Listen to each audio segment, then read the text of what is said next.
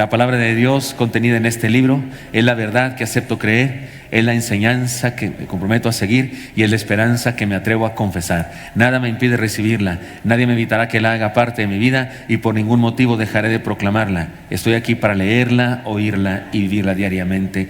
Amén. Señor Santo, gracias por tu amor y misericordia, gracias por tu cuidado de todos los días y por lo que ahora tienes para darnos a nosotros. Bendícenos, Señor, que así sea, que nuestro corazón esté abierto, pendiente de lo que quieres decirnos, Señor. Háblanos, por favor, te lo pedimos en Cristo Jesús. Amén. Recuerden, estamos estudiando la palabra del Señor en el contexto de la luz que habitó entre nosotros y tenemos una introducción. Nuestros amigos del programa de noticias tienen una introducción. Ponga atención porque se habla justamente del contexto histórico del que vamos a predicar ahora. Adelante.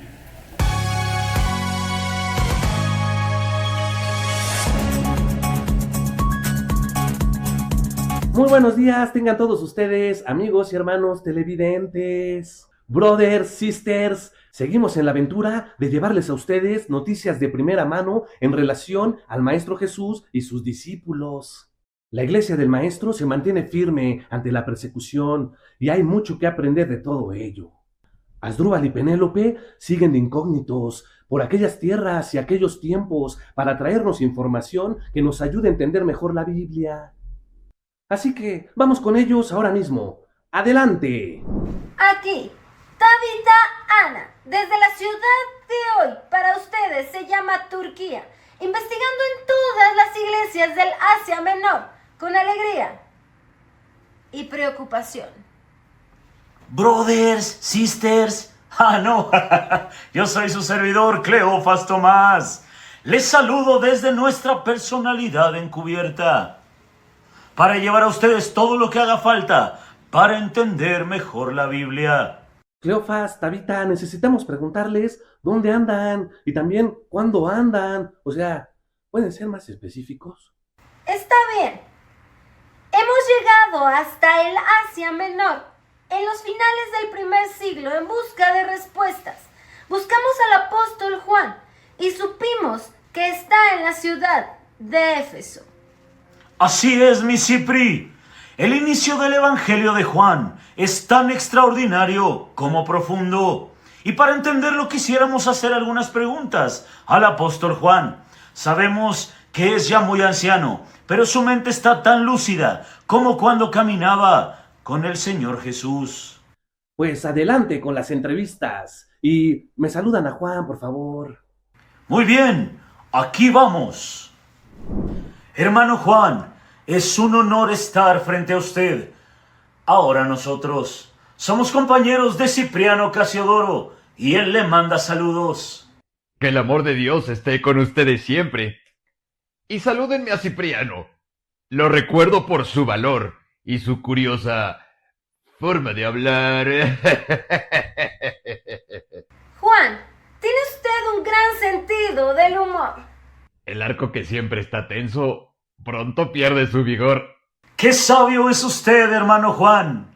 Queremos saber por qué escribió la introducción de su evangelio con palabras tan profundas y con un lenguaje tan parecido a la filosofía griega de su tiempo. Ustedes son muy listos al notarlo y preguntar. Les explico. Este tiempo de revolución espiritual en el mundo, por cierto, causada por las ideas de nuestro Señor, que nos hemos encargado de proclamar, se han levantado algunos falsos maestros que han tratado de explicar el evangelio de mi maestro conforme a las ideas platónicas. Ellos creen que lo espiritual y lo bueno no se puede mezclar con la carne, lo físico de este mundo caído, y niegan la encarnación de Dios. ¡Blasfemos! Está bien, si gusta podemos esperar o terminar. No, no se preocupen. Es importante lo que tengo que decir. Por eso uso su lenguaje, el logos o palabra, la idea de lo divino y eterno. Y culmino diciéndoles que aquel logos, palabra, Dios, se hizo carne. Y ¡pum! Con eso yo les he dado un fuerte golpe de autoridad.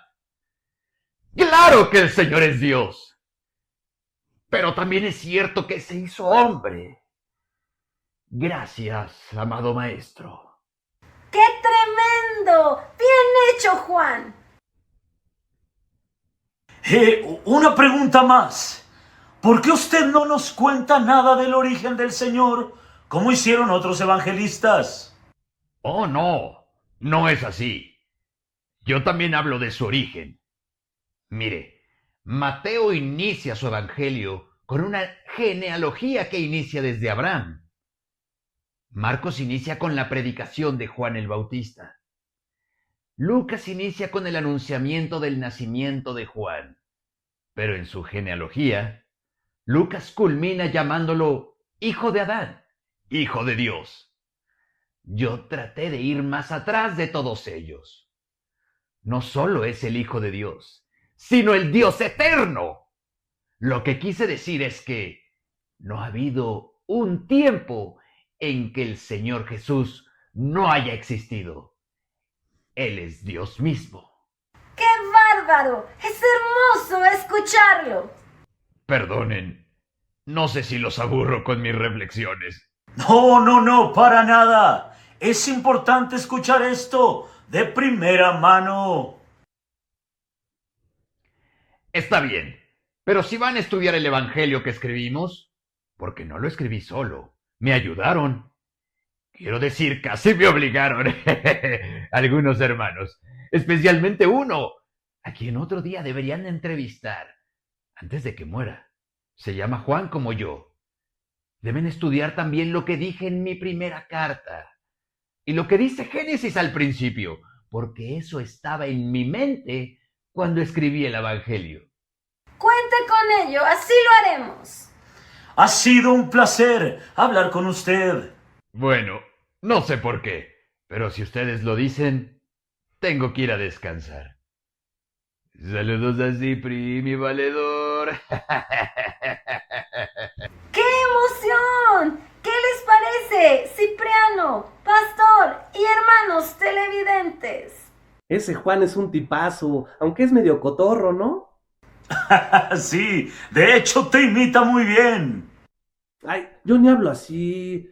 Ya párele, ¿eh? Ay, ¿cómo serán? La enseñanza es contundente. El Adviento, la Navidad, la encarnación de Dios es lo más grande y maravilloso que ha sucedido en nuestra historia. Celebrémosla con solemnidad, con seriedad, con sabiduría y sobre todo, con mucho gozo. Hasta pronto. Brothers, sisters, este fue su noticiero NPM. Nos vemos la próxima semana porque aún hay más noticias de primera mano.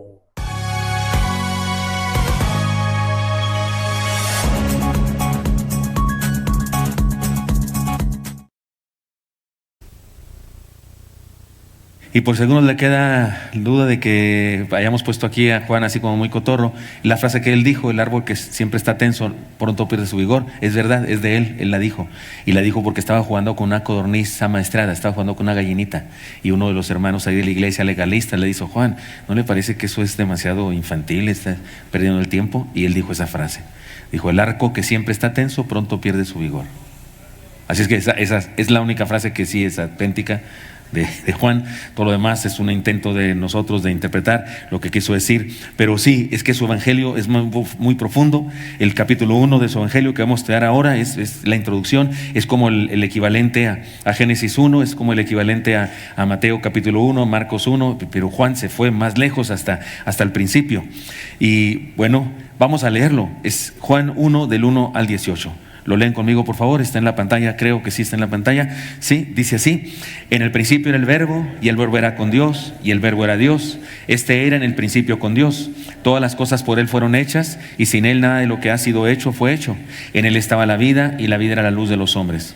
La luz en las tinieblas resplandece, y las tinieblas no prevalecieron contra ella. Hubo un hombre enviado de Dios, el cual se llamaba Juan. Este vino por testimonio para que diese testimonio de la luz, a fin de que todos creyesen por él. No era él la luz, sino para que diese testimonio de la luz. Aquella luz verdadera que alumbra a todo hombre venía a este mundo. En el mundo estaba y el mundo por él fue hecho, pero el mundo no le conoció. A lo suyo vino y los suyos no le recibieron. Mas a todos los que le recibieron, a los que creen en su nombre, les dio potestad de ser hechos hijos de Dios, los cuales no son engendrados de sangre, ni de voluntad de carne, ni de voluntad de varón, sino de Dios. Y aquel verbo fue hecho carne, y habitó entre nosotros, y vimos su gloria, gloria como del unigénito del Padre, lleno de gracia y de verdad. Juan dio testimonio de él, y clamó diciendo: este es el que yo decía, el que viene después de mí es antes de mí, porque era primero que yo. Porque de su plenitud tomamos todos, y gracia sobre gracia. Pues la ley por medio de Moisés fue dada, pero la gracia y la verdad vinieron por medio de Jesucristo. A Dios nadie le vio jamás. El unigénito Hijo que está en el seno del Padre, Él le ha dado a conocer. Señor Santo, gracias por tu palabra. Ayúdanos, Señor, a entenderla cabalmente. Te lo pedimos en Jesús. La luz, hermanos, este texto habla de la luz. Si ustedes notaron, dice acerca de que Jesús es la luz. Y en el Evangelio de Juan se habla mucho de la luz. Es una de las metáforas más importantes para Juan en todo su Evangelio. De principio a fin, habla de la luz y la guerra contra las tinieblas. Pero usted y yo sabemos que la luz es un fenómeno, así es que es una metáfora. Cuando se habla de Jesús como la luz, no se refiere que Jesús sea el fenómeno electromagnético que hay en el universo, sino que es una metáfora, así como también nos dice que el Espíritu Santo pues es un viento, así como nos dice que Él es el pan de vida, es metafórico. Pero pues, pongamos atención, resulta que la luz es un fenómeno electromagnético que tiene que ver con electrones y fotones. Digo, no entiendo nada de eso, pero lo leí en algún lugar. Los científicos han desarrollado muchas teorías respecto a la naturaleza de la luz, y aún reconocen los científicos que aún no se ha llegado a conocer el fenómeno de la luz a perfección. Sin embargo, su importancia en la naturaleza es incuestionable. Todos sabemos cuán útil es la luz. Se dice que la luz mezcla todos los colores. En el arco iris se encuentran los colores básicos de la luz, que no son los del arco iris ese diabólico que anda por ahí, porque el arco iris auténtico tiene rojo, anaranjado, verde, azul, amarillo, violeta el índigo. Y eso es un fenómeno óptico, porque el agua, la humedad separa los colores de la luz, y se puede ver por eso en el arco iris cuando después de una lluvia o después de mucha humedad. Incluso usted puede hacer un arco iris con su manguera de agua. ¿No ha hecho eso alguna vez? Un experimento que está regando y lo le aprieta y así se hace el arco iris. También a través de un cristal o un diamante se puede descomponer los colores de la luz.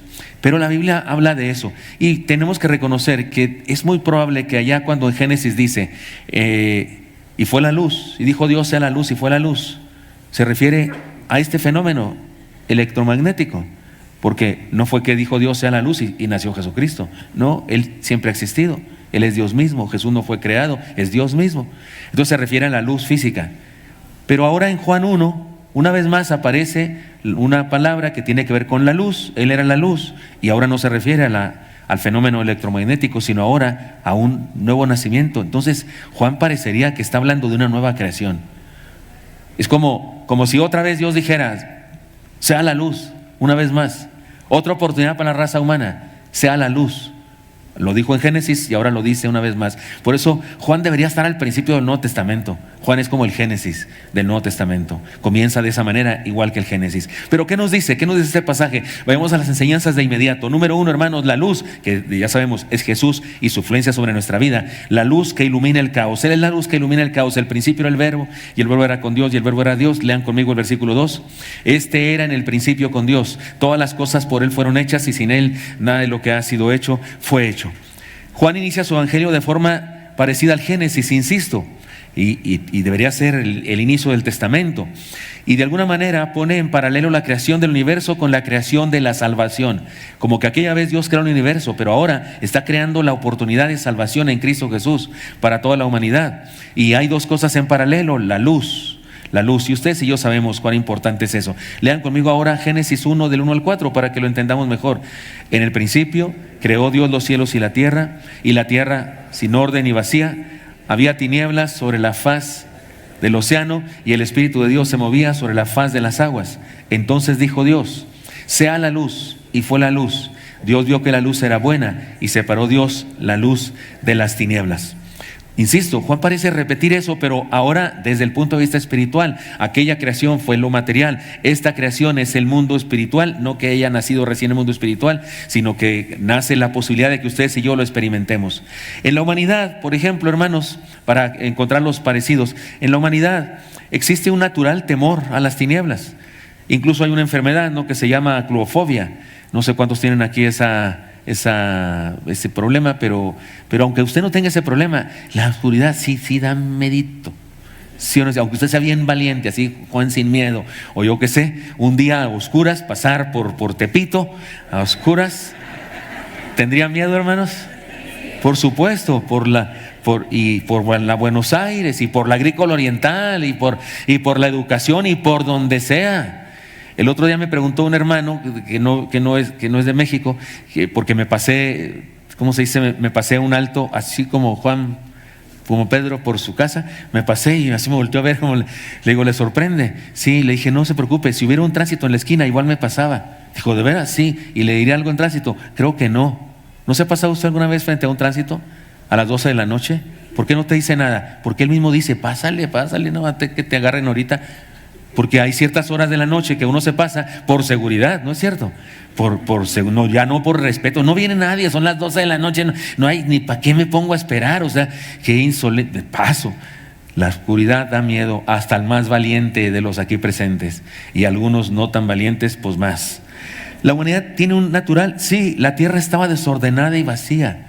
Esas palabras hebreas aluden al temor, aluden al desconocimiento, al caos, aluden a esa etapa o ese estado del ser humano en el que no sabe de qué se trata. Y en Juan lo dice también. Hay paralelos pues en estas dos cosas en idiomas diferentes. Uno escribió en hebreo, el otro se escribió en griego, pero al estudiarlos en sus idiomas y sus significados culturales hay un paralelismo. Entre otras cosas, la oscuridad hace que la vida se perciba o sea un caos. Lo oscuro, no sabes dónde están las cosas, es un caos, y si caminas y quieres agarrarlas, el caos va a ser más grande porque se te va a caer la mitad de las cosas, ¿no es cierto? Va a ser un tiradero bárbaro. En la oscuridad la realidad se distorsiona, se ignora y en ocasiones se percibe mal. Por ejemplo, cuando en la noche un niño está ahí y la mamá dejó su sábana o su bata blanca, y ¿qué ve el niño? Un fantasma. Yo veía fantasmas y no era más que una cobija blanca. O ve el saco de su papá colgado ahí y yo pensaba que era el charro sin cabeza o alguna cosa, porque la imaginación inventa, así como el sordo no oye pero compone, el ciego no ve pero inventa, ¿verdad? También, y describe, distorsiona todo. Solo la luz puede dar orden y sentido a las cosas.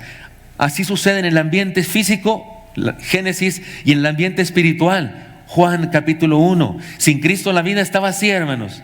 Sin Cristo la vida está desordenada. Encontrarse con Él es acabar con la sospecha y obtener seguridad, orden, propósito y dirección correcta. Por eso lo digo cada rato.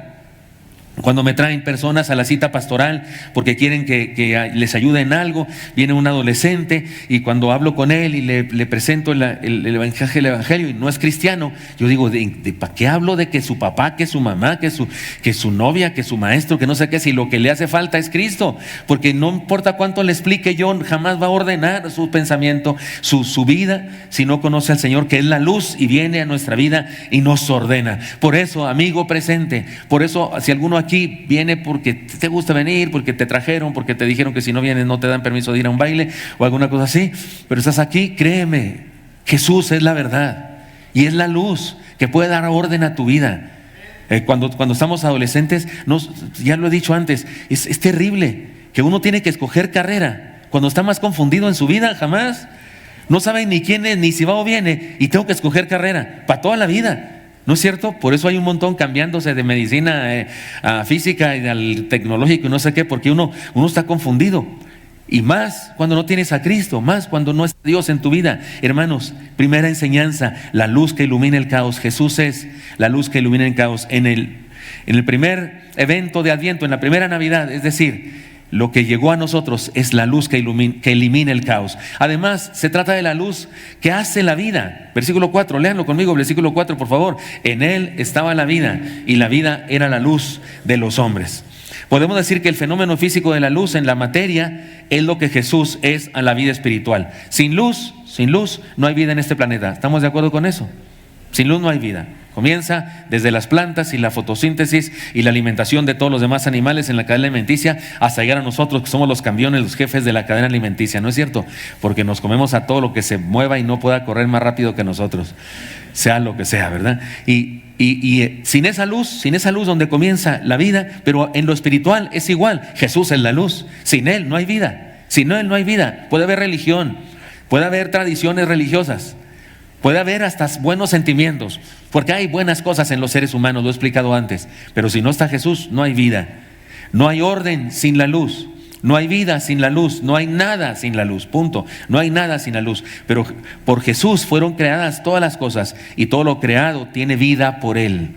Además, hermanos, que la luz que nació en Navidad es es la luz que hace vida, también es la luz que vence las tinieblas. Lean conmigo versículo 5, por favor, como dice: y la luz en las tinieblas resplandece, y las tinieblas no prevalecieron contra ella.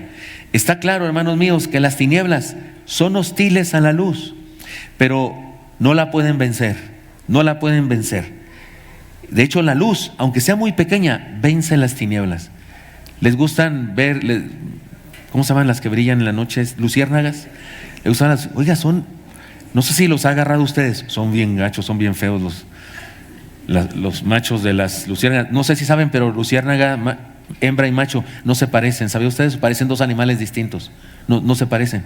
No son así como los dos, y que ni sé si son. Los pollitos sí, usted no sabe si es pollito o pollita, ¿no? No sabe. Con rostizado me lo como, pero no sé si era pollito o pollita. Las luciérnagas sí son muy diferentes. Y resulta que son pequeñitos, está oscuro, no hay luz de luna ni porque hay nublado, y iba a decir mugrecita, pero quiero decir pequeñita luz, y se ve. Es más, ¿saben para qué la usan? Para aparearse, para conseguir novia. Acá estoy, eso es lo que dice la luz, acá estoy. Joven, cuando prendan el celular y te hagan así, te están diciendo, acá estoy. Y resulta que todas las tinieblas de la atmósfera no pueden vencer una pequeñita luz. Se ve. Esta en centímetros es pequeñísima. ¿Y cuántos metros, kilómetros miden la oscuridad? Y se ve. ¿Sí me expliqué? Se ve de todas maneras. Ahora, esto es en lo físico, pero igual, hermanos míos, en lo espiritual. Está claro que las tinieblas son hostiles, pero la luz prevalece. Esta es la lucha eterna del bien y el mal. Este es el conflicto de los siglos, que canta un canto muy hermoso que me gusta. Tiene que ver con el hecho de que la luz y las tinieblas son contendientes. No hay hermandad, querido Padawan, querido Anakin. Si algunos de ustedes no saben nada de la guerra de las galaxias, pero algunos sí. El lado oscuro no tiene nada que ver con nosotros. Por muy densas que sean las tinieblas, no podrán apagar jamás ni la más pequeña luz. La presencia de Cristo trae victoria contra el mal. La única manera de ser campeón, de estar entre los ganadores, es estar del lado de Jesús. Las tinieblas representan la esfera o ambiente de quienes odian el bien. El mal existe realmente y hay quienes deciden por su propia cuenta ser parte de él. No es un juego, es una realidad. Lean conmigo Juan 3, 19 al 20. Otros pasajes de Juan hablan de este tema. Lean conmigo como dice: y esta es la condenación, que la luz ha venido al mundo, y los hombres que practican lo malo aborrecen la luz y no vienen. ¿Leí mal yo? Sí, leí mal. Otra vez. Y los hombres amaron más las tinieblas que la luz, porque sus obras eran malas. Porque todo aquel que practica lo malo aborrece la luz y no viene a la luz, para que sus obras no sean censuradas. ¿No está claro? La luz o las tinieblas es algo que debemos elegir. Esa es una decisión que debemos tomar todos los seres humanos. ¿Qué quieres, luz o tinieblas? Las tinieblas representan la ignorancia. Juan usa muy seguido la idea de las tinieblas para referirse a la ignorancia, y una ignorancia voluntaria o involuntaria de la raza humana. Leamos otro texto de Juan, ahora capítulo 2, versículo 46, como dice: Jesús les habló otra vez a los fariseos diciendo: yo soy la luz del mundo.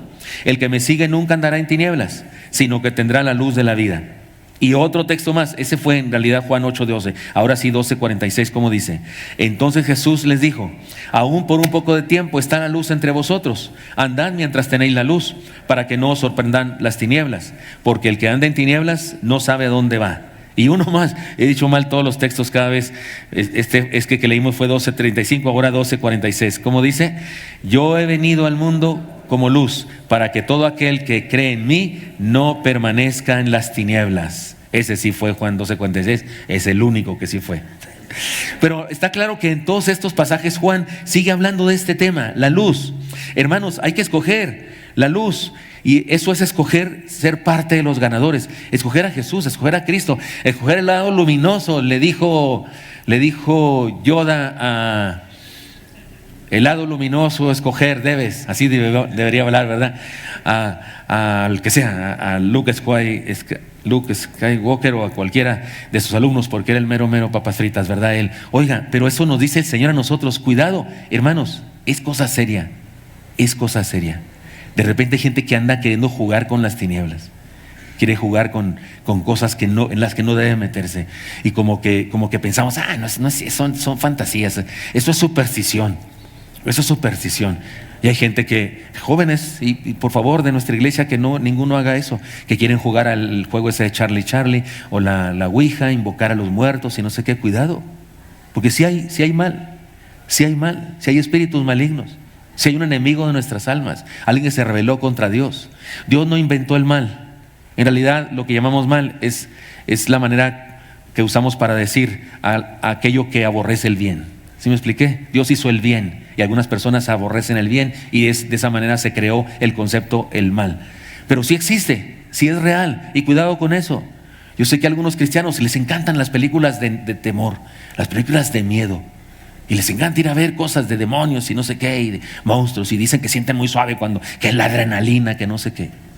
Eso nos hace vulnerables, nos hace débiles ante las cosas del mal. Tengamos cuidado con eso. Esto es serio. Escojamos la luz, no las tinieblas. Pero también el que nació en Navidad es la luz que se comparte. Lean conmigo versículo 6, como dice: hubo un hombre enviado de Dios, el cual se llamaba Juan. Este vino por testimonio, para que diese testimonio de la luz, a fin de que todos creyesen en él. No era de la luz, sino para que diese testimonio de la luz. El Evangelio de Juan fue el último que se escribió de los cuatro evangelios. Marcos se escribió primero, después Mateo y Lucas, no sabemos cuál de los dos, pero por ahí más o menos igual. Y Juan se escribió mucho después, incluso algunos piensan que se escribió aún después de todos los demás libros de la Biblia, incluso los libros de él, como el Apocalipsis, no estamos seguros, pero se escribió tardíamente. Lo que quiere decir que para la época de Juan las herejías ya habían surgido en la iglesia cristiana, como el gnosticismo, como lo que decía Juan, el anciano en el video. El gnosticismo era un intento de algunos pseudocristianos de interpretar el evangelio con las posturas de Platón, con aquello del dualismo de Platón, y con aquello de que lo santo, lo perfecto se llama logos o palabra o verbo, y no se puede juntar con la materia. Por eso para él el logos estaba separado de nosotros. No existía tal cosa como un Dios que gobernara la tierra, el universo, porque no podía tocar la tierra. Por eso surgieron dos posturas, entre ellos los que decían que Jesús no era Dios, era solo un hombre, que algo de Dios le vino el día de su bautismo y se le salió cuando la crucifixión. Y otros decían, no, sí era Dios, pero no era hombre. Cuando caminaba por el mar, por la playa, no dejaba huellas. Hay un evangelio falso, un evangelio apócrifo por ahí de los gnósticos de siglos posteriores, porque gnosticismo sigue hasta la fecha. Ahora mismo hay templos gnósticos, ahora mismo, y siguen creyendo estas faramayas. Pero ellos decían que no dejaba huellas porque no era hombre, en realidad no era hombre, no podía ser que el Dios eterno. Pero Juan, como dijo Juan, dio un golpe tremendo a la filosofía de aquella época cuando dijo: y el verbo se encarnó. Eso fue algo absolutamente fuera de lugar para aquella época. Pero Juan por eso escribe de esa manera. Y había otra herejía en esa época, la herejía de que Juan el Bautista era el Mesías.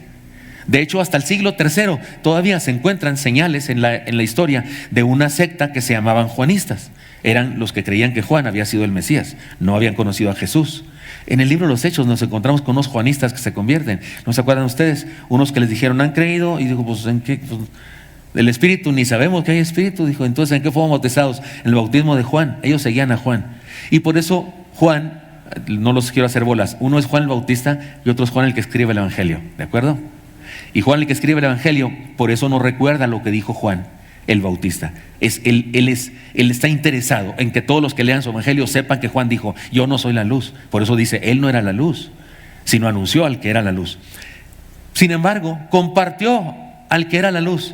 Hermanos, no somos la luz, aunque Cristo más adelante dice para nosotros, vosotros sois la luz del mundo, y se refiere en otro sentido, no la luz eterna y maravillosa de salvación, pero sí una luz se refiere a un camino, pero es evidente, Él es la luz y nosotros somos Juanes, que compartimos el Evangelio, que llenamos del Evangelio a otras personas. La luz se comparte de manera personal por medio de seres humanos, es como el fuego de una antorcha, puede encender la de otros con los que tengamos cerca. No está Aureo por aquí. El hermano Aureo dirige el ministerio de evangelización y el día, no sé qué día, el viernes fuimos, que le dije, a un cuartel de policía y compartimos el Evangelio. Los jóvenes del grupo estaban cantando, ellos estaban ahí recibiendo órdenes. No fue un momento así como que los sentaron para que nos escucharan, no, ellos se habían formado y estaban recibiendo órdenes cada equipo o algo así para salir, pero mientras estaban ahí, los que no estaban recibiendo orden, que fue un buen rato, después de saludar la bandera, por cierto, estaban escuchando los cantos hermosos, y entre canto y canto yo me paraba y hablaba y explicaba el Evangelio de Jesucristo, y cuando ya no recibieron órdenes y se quedaron ahí ya solamente a escuchar, ahora sí, yo incluso me acerqué a ellos porque estaban muy lejos y les dije, déjenos orar por ustedes, y le dije a uno en persona, ¿me dejas orar por ti? Y él así todo sorprendido, y imagínense, policías, y en un cuartel, entre otros policías, qué pena, sí, yo sé que lo desafié demasiado, pero al fin dijo que sí. Y le dije a todos, vengan, oren ustedes por otros y oramos por ellos. Y le regalamos a todos una Biblia, 80 y pico de Biblias regalamos. Pero otro no sé cómo se llama, otro grupo, otro compañía o lo que sea, llegó y ellos no participaron en eso. Y seguimos, de hecho dimos el concierto 2 veces, se volvió a cantar otra vez porque teníamos buen tiempo, iba a haber una misa, pero faltaba que llegara el padre, todavía no, y yo me aproveché y seguimos predicando, y entonces la cantamos 2 veces, la cantata, y cantamos incluso cantos que no son de cantata, cantamos ese que dice, ¿qué toda la? ¿Se acuerdan? Les dije, canten ese también porque ese está escandalosillo, y además para quitarse el frío, porque estaba mucho frío, y entonces seguimos adelante, y el otro grupo que llegó después, el mero jefe de ellos, Aureo, fue allá, los de evangelismo se portaron bien valientes, anduvieron compartiendo, fue allá y entonces me llamó, porque el jefe de ese grupo quería que yo también orara por ellos. Dije, si no puede orar también por acá por los nuestros. Pues por supuesto que sí, claro que sí, y oramos por ellos y hasta les gustó, ya nos invitamos en enero, vamos a ir, va a haber tamales por si gustan ir. Se comparte, esa luz se comparte, no hay de otra. La luz se comparte de manera personal por medio de seres humanos de unos a otros. Es como el fuego de una antorcha, puede encenderla de otros con los que la pongamos cerca. Dios puso su luz sobre Juan y Juan la anunció aún antes de que el Señor llegara y hiciera todo lo que hizo después en la cruz. Y fue llevado al cielo anticipadamente, digámoslo así, murió muy joven porque ya no tenía nada que hacer, había cumplido con su misión en la vida. Hermanos míos, recibimos la luz que se comparte. Además, recibimos también en su nacimiento la luz que revela la verdad y debe ser aceptada. De hecho, no aceptarla es lo mismo que rechazarla, es igual. Lean conmigo versículo 9 y hasta el 11, por favor. Aquella luz verdadera que alumbra a todo hombre venía a este mundo. En el mundo estaba y el mundo por él fue hecho, pero el mundo no le conoció. A lo suyo vino y los suyos no le recibieron. Pero déjenme, se los leo en otra versión, la versión Reina Valera actualizada, una versión más cercana que la Reina Valera 60 que usamos. En todos los demás pasajes he usado la Reina Valera actualizada, pero aquí no. Pero en este caso lo puse para que estuviera la comparación. Lean conmigo ahora la Reina Valera actualizada y noten una diferencia. Aquel era la luz verdadera que alumbra a todo hombre que viene al mundo. En el mundo estaba y el mundo fue hecho por medio de él, pero el mundo no le conoció. A lo suyo vino, pero los suyos no lo recibieron. ¿Notaron la diferencia? ¿Me ponen el texto de la primera parte, por favor? La primera parte, la anterior. No, perdón. ¿Sí era ese? Entonces hay un error aquí que mi secretaria, yo creo, pensó que yo me había equivocado y no me había equivocado. Miren, la versión, ¿alguien tiene la versión 60 aquí con ustedes? ¿Tienen su Biblia? ¿Me prestan una Biblia, por favor?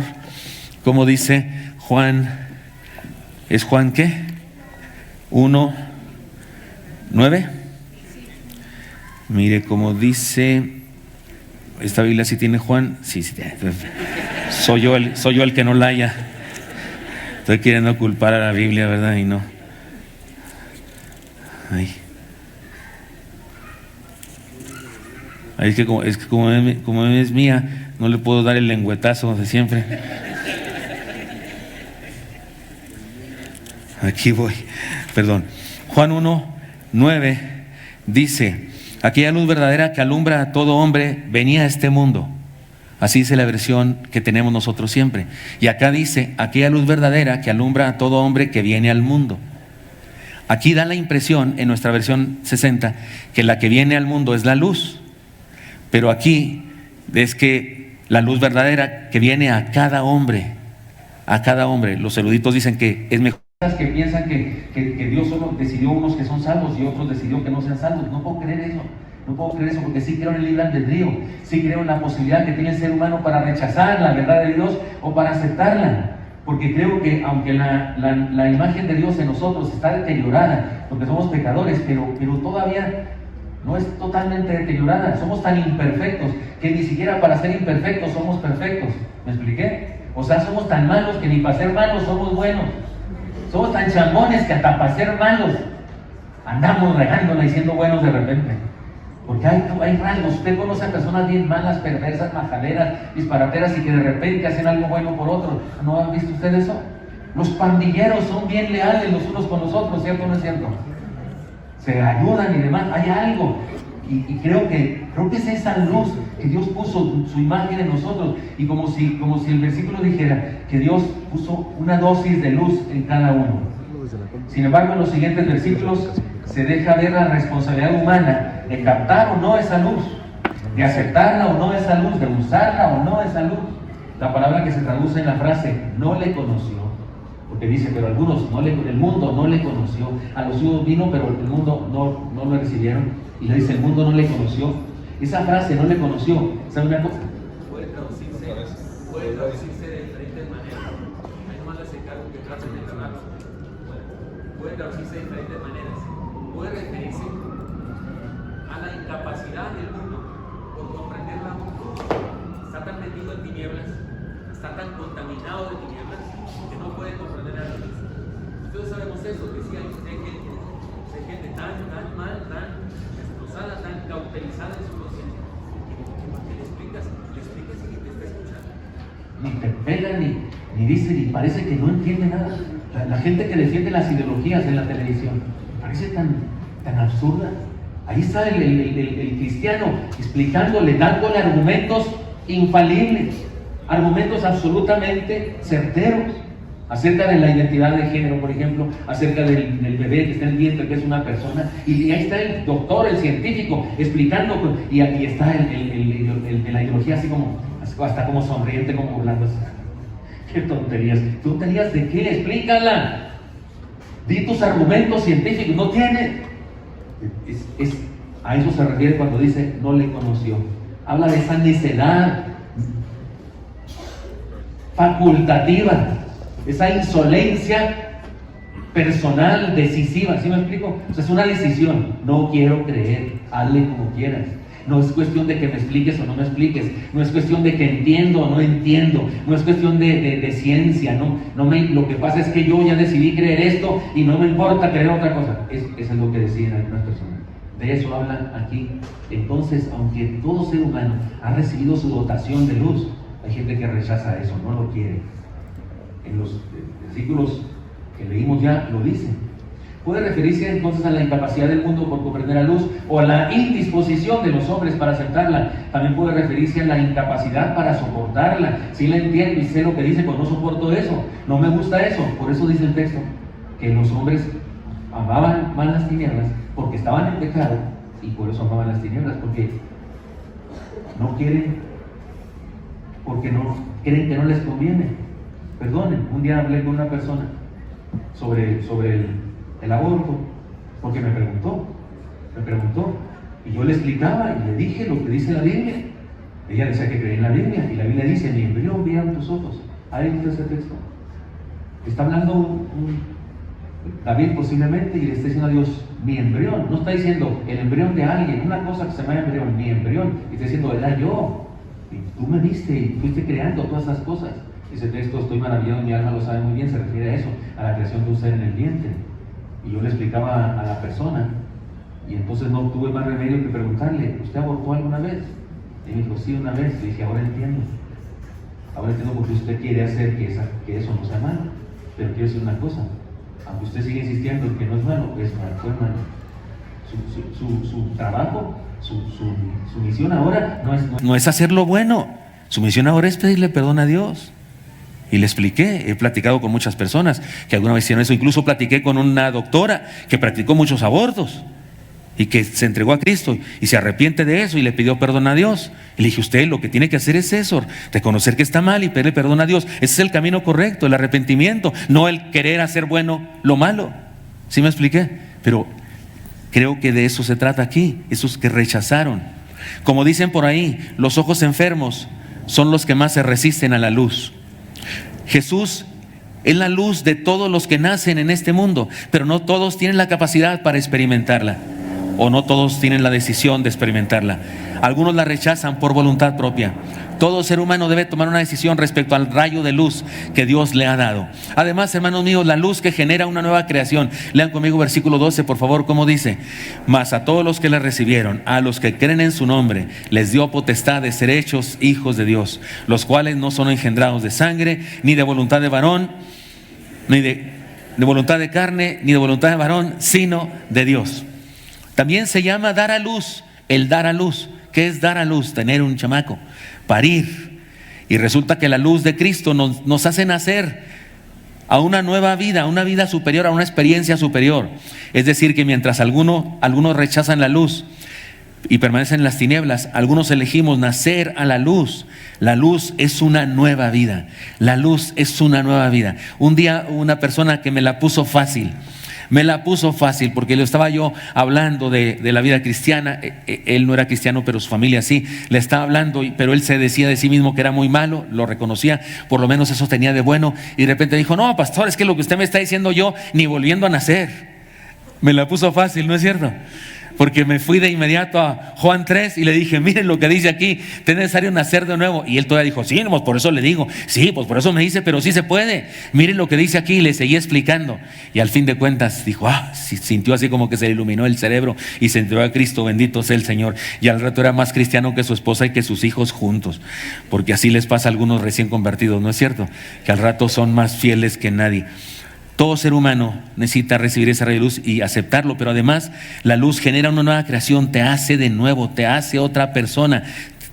Por eso Pablo hablaba de parir hijos espirituales. Dice, oh Gálatas insensatos, les dijo, y luego les dice, he vuelto a sufrir dolores de parto por causa de hasta que Cristo sea formado en vosotros. Y esa frase, sea formado en vosotros, habla del embrión. Es una frase médica, habla del embrión criándose y creciendo. Dice eso, yo he vuelto a sufrir dolores de parto por ustedes y lo voy a sufrir hasta que Cristo sea formado, hasta que como embrión lleguen a ser un discípulo hecho y derecho.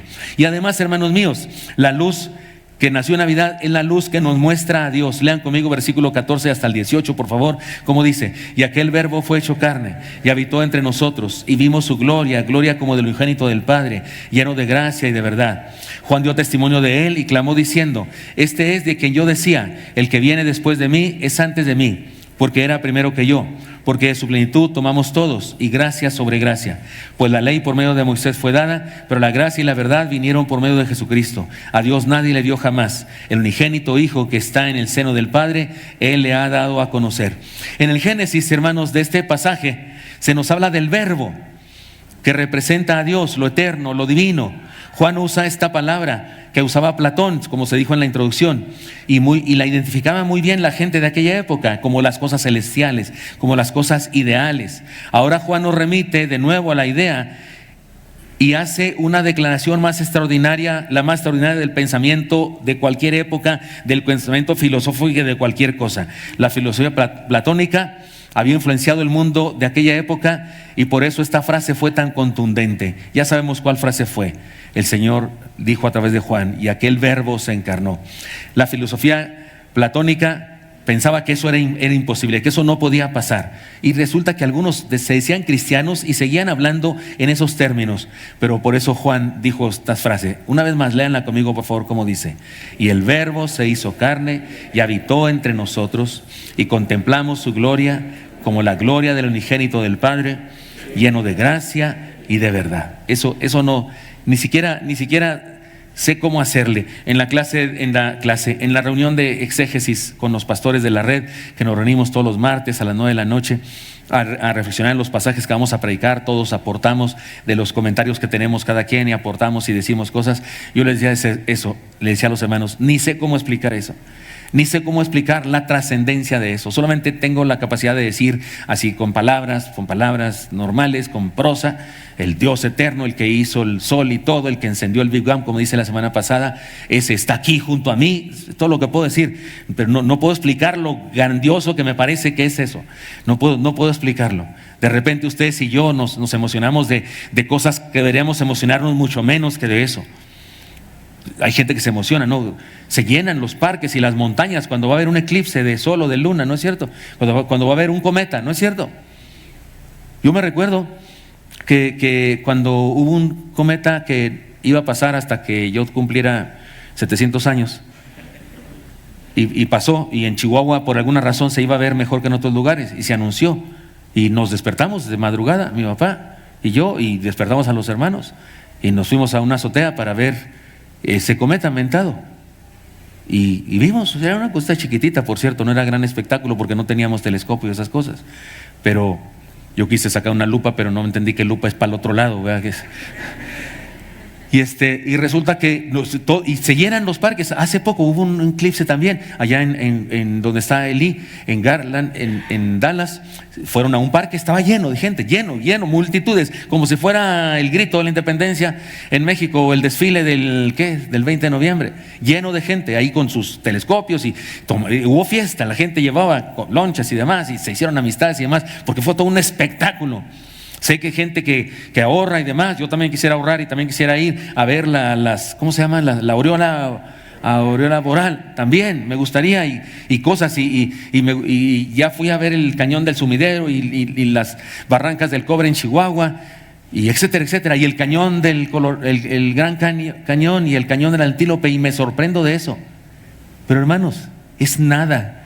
Eso es nada comparado a esta maravilla de la vida. El que hizo todas esas cosas que me sorprenden, el que hizo las auroras y que hizo los cañones, el que hizo las cascadas, el que hizo el universo entero, resulta que se hizo hombre y aquí está conmigo y puedo hablar con él. ¿Verdad, Señor, que puedo hablar contigo? Amén, Señor. Sí, hazles entender que sí puedo y que ellos pueden. ¿Usted habló con Dios también ahorita? ¿No es lo más maravilloso? Tan grandioso que ¿cómo decirlo para que impacte, para que signifique lo que debe significar? No sé, ya sé cuál es la razón, porque le dije a todos los pastores de la red, no sé ni cómo explicarlo, me siento débil, quisiera inventar algo para decirlo, pero ya entendí, como digo yo en el programa Preguntar al Pastor, ya entendí. ¿Por qué no lo puedo explicar? Ya entendí, porque es demasiado personal. Si no te lo explica Dios a ti en lo personal, ¿yo qué voy a hacer? No te lo puedo explicar. Pido a Dios solamente que tú y yo entendamos cabalmente y nos emocione saber que eso pasó. El eterno Dios se hizo hombre, se hizo la luz que vino a mi vida y habitó entre nosotros. La luz que nos muestra a Dios, ese Dios vino aquí y es Dios mismo. No es un rayito de Dios, no es un rayito de Dios, no, es Dios mismo. Podemos conocer a Dios por medio de Jesucristo y experimentar la vida. No lo puedo explicar, nadie lo puede explicar. Es imposible de explicar porque es un asunto personal, es una vivencia personal. Ese es el cristianismo. Y eso es lo que hace al cristianismo una vivencia y no una religión. Las religiones sí se pueden explicar, la teología sí se puede explicar. Sí puede una persona decir argumentos filosóficos, de hacer una redacción de lo que es una doctrina. Yo siempre tuve problemas con la doctrina de la Trinidad, tal como fue redactada siglos atrás, porque decía, hay 3 personas en Dios, distintas en voluntad, carácter y atributos. Sin embargo, solo hay un Dios. Así decía, y a mí eso me sonaba, o sea, 1 más 1 más 1 es 1, ¿verdad? Pero cuando me han dicho que son 3, y yo no lo entiendo. Y un día en mi escuela, en la clase de filosofía, mi maestro de filosofía estaba criticando el cristianismo, dijo que los cristianos, y luego se le ocurrió decir, los cristianos son tan insensatos que hasta las matemáticas más elementales se ignoran, no saben que 1 más 1 más 1 son 3. Yo me enojé porque estaba criticándonos y lo hacía a menudo, pero ese día me cayó más gordo. Y dije, maestro, ¿me permite explicar? Sí. Le dije, no somos ignorantes ni necios. Y usted tiene razón. Las matemáticas elementales, 1 más 1 más 1 igual a 4, pero explíquenme. Y le pregunté a todos mis compañeros, ¿cuánto es esto? Y pinté el signo de infinito, que es un alfa, como un pececillo. Y puse, díganme cuánto es alfa más infinito, más infinito, más infinito. ¿Sabe cuánto es? Infinito. Dije, en las matemáticas elementales, así de dedos, ¿cuánto es un dedo más otro dedo más otro dedo? Las matemáticas de naranjas, ¿cuánto es una naranja? Pero las matemáticas superiores, ¿cuánto es infinito más infinito más infinito? ¡Infinito! Y me quería correr de la universidad. De verdad. Y me defendieron los ateos. En serio, les confieso, me defendieron los ateos. Los Parénclisis se llamaban, un partido comunista que había en la universidad. Ellos eran ateos, me defendieron. Y usaron la frase aquella famosa que dice, no creo lo que crees, pero daría mi vida por defender que tengas derecho de seguirlo creyendo. Yo dije, gloria a Dios, no importa, yo creo en Dios y sé que Dios te usó para defenderme. Hermanos míos, cuidado con eso. Yo puedo explicar eso, puedo hacer argumentos teológicos, argumentos antropológicos y argumentos de lo que sea para probar la existencia de Dios, pero eso no va a pasar en el corazón tuyo, porque eso es asunto de tu relación con el Señor, es un asunto personal. Por eso, el próximo martes que vea a mis pastores, les voy a decir, ya sé por qué no pude explicarlo, ya sé por qué era imposible explicarlo, porque es algo que debe aceptarse en el corazón de cada quien. La luz que nos muestra a Dios. Pero por último, hermanos, tengo un desafío a ver la luz. El apóstol Juan aborda de nuevo el tema en una de sus cartas. Ya leímos el Génesis, de donde posiblemente se basa, ya leímos algunos versículos más del Evangelio de Juan. Ahora vamos a una de sus cartas. Miren cómo dijo en su primera carta, capítulo 1, versículos 1 al 4. ¿Lo leen conmigo? Lo que era desde el principio, lo que hemos visto y oído, lo que hemos visto con nuestros ojos, lo que hemos contemplado y palparon nuestras manos tocante al verbo de vida, porque la vida fue manifestada y la hemos visto y testificamos y os anunciamos la vida eterna, la cual estaba con el Padre y se nos manifestó. Lo que hemos visto y oído, eso os anunciamos, para que también vosotros tengáis comunión con nosotros, y nuestra comunión verdaderamente es con el Padre y con su Hijo Jesucristo. Estas cosas os escribimos para que vuestro gozo sea cumplido. Hermanos míos, está clara una cosa. No solo debemos saber cosas de la luz, debemos experimentarla. No solo debemos saber cosas de Jesús, debemos experimentarlo hasta el grado de decir, yo lo toqué, lo viví con él. Ahora, Juan podría decir eso más que cualquier apóstol, porque Juan es el que se recostaba en Jesús. ¿Se acuerdan en la Santa Cena que dice eso? ¿Se acuerdan que hasta Pedro le dijo a Juan, tú pregúntale, a ti te quiere mucho, te prefiere, eres su favorito? No dijo todo eso, estoy inventando yo eso, pero ¿se acuerdan que le dijo, tú pregúntale, ¿quién va a ser? ¿Se acuerdan? Y Juan sí se lo preguntó. Hermano, es como si yo les dijera, hermanos, en la iglesia hay un hermano que nació en México, pero sus papás eran de Japón. Es un buen hermano, es muy listo, sabe de todo, sabe de béisbol, de básquetbol, ¿cómo se llama ese? De hockey, de todo. No hay cosa que de Luis Miguel y de Washington y lo que sea. Es una persona, no sé cómo le hace, pero es bien culto. Y usted me dice, no, pastor, no existe esa persona. Yo les digo, sí, muy seguido como con él. Muy seguido celebramos pijamadas en su casa. Lo puedo abrazar. Es mi amigo, lo quiero mucho a él y a su esposa. O sea, ¿quién me puede decir que es mentira si aquí lo tengo? ¿Sí me explico? Hermanos míos, imagínense Juan diciendo eso de alguien, o como diciéndoles, oigan, en serio, si es verdad, yo lo vi, lo toqué, comí pan árabe con él, tabule y garbanza. Es que posiblemente esas cosas se hacían desde entonces. Y le llamamos árabe, pero también es judío. Comí con él cordero asado. No pueden, por favor, crean mi testimonio. Y al final del Evangelio dice la comunidad de creyentes. Por eso en el video aparece Juan diciendo que no lo escribió solo. Es verdad, parece que hubo una comunidad de hermanos que le dijeron, Juan, escríbanos antes de que se muera, escríbanos usted algo. Y él dijo, no puedo escribir, no puedo con mi mano. Buscaron a un escribano y parece que encontraron a un tal Juan que tenía conocimientos filosóficos, pero era bien cristiano, y él fue el que escribió lo que Juan iba contando. No tal como lo contaba, lo escribió, seguramente le puso su toque, y por eso creó esa obra de arte tan maravillosa que es el Evangelio de Juan. Y esa comunidad dice al final, cuando se refiere a Juan el discípulo amado, dice, y ese discípulo es el que da testimonio de estas cosas, y nosotros sabemos que su testimonio es verdadero. Primera generación, Juan. Segunda generación, los que escucharon contar el evangelio, y ellos dicen, nosotros damos fe de lo que él dijo es verdadero. Y ustedes y yo recibimos de otro y de otro y de otro, yo no sé cuántos han pasado, pero debemos llegar a la conclusión de que sabemos que es verdadero. Y ahora me toca a mí decírselo a cualquiera, yo sé que es verdadero.